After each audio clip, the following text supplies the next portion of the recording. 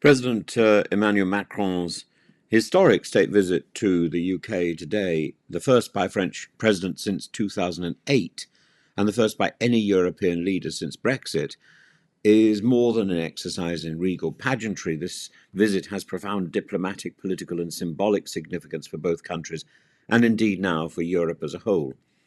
President Macron and his wife Brigitte arrive in the UK today for a 3-day visit marked by the full splendour of a British royal state occasion.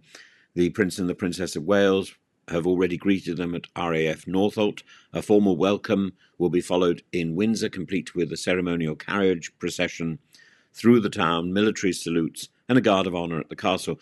A state banquet at St George's Hall at Windsor Castle will see the King deliver a carefully crafted speech affirming the Anglo-French relationship.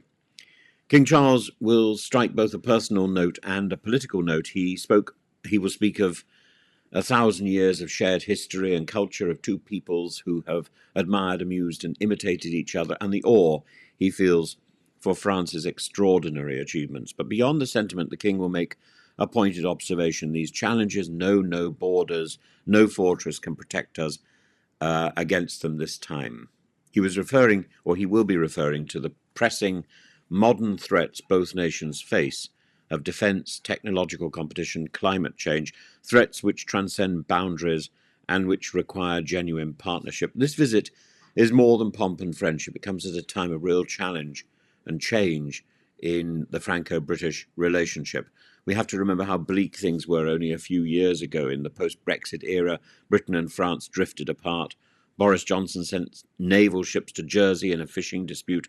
Liz Truss refused to say whether Macron was a friend or foe. Bilateral summits were abandoned for 5 years. And this state visit, therefore, is a striking mark of improved relations, part of a reset championed by the Prime Minister, by Sir Keir Starmer. And Macron is the first European leader granted a full state visit by King Charles, and the significance is obvious. After years of Brexit-related rancour, Britain is signalling that France remains its closest European partner. And during the visit, Macron and Starmer will have real business to discuss. Their top priorities will include migration. Both leaders face domestic political pressure over small boat crossings in the Channel. The so-called one-in, one-out deal is under discussion. Britain would return irregular arrivals to France in exchange for accepting an agreed number of asylum seekers with family ties. It's no panacea. It would be a clear signal of cooperation against people smuggling gangs. I personally think it's absurd, but the only way forward for the anti-smuggling, anti-traffic, and so-called illegal migration is to review the 1951 Refugee Convention. With more certainty is the relationship between France and Britain over Ukraine.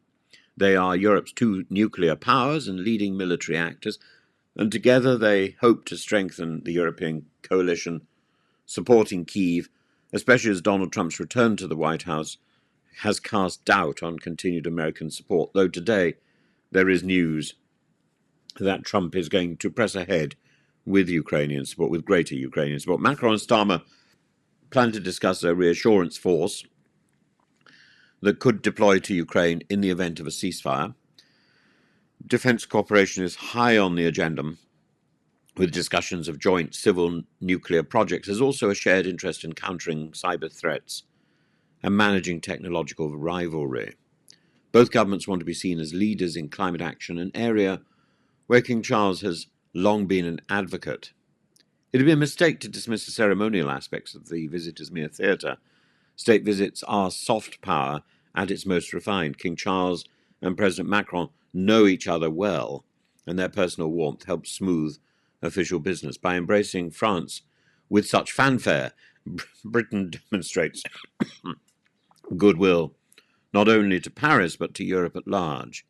In 2023, Charles made a successful state visit to France, receiving a standing ovation in the Senate. Now he's repaying that courtesy with all the grandeur Windsor Castle can muster.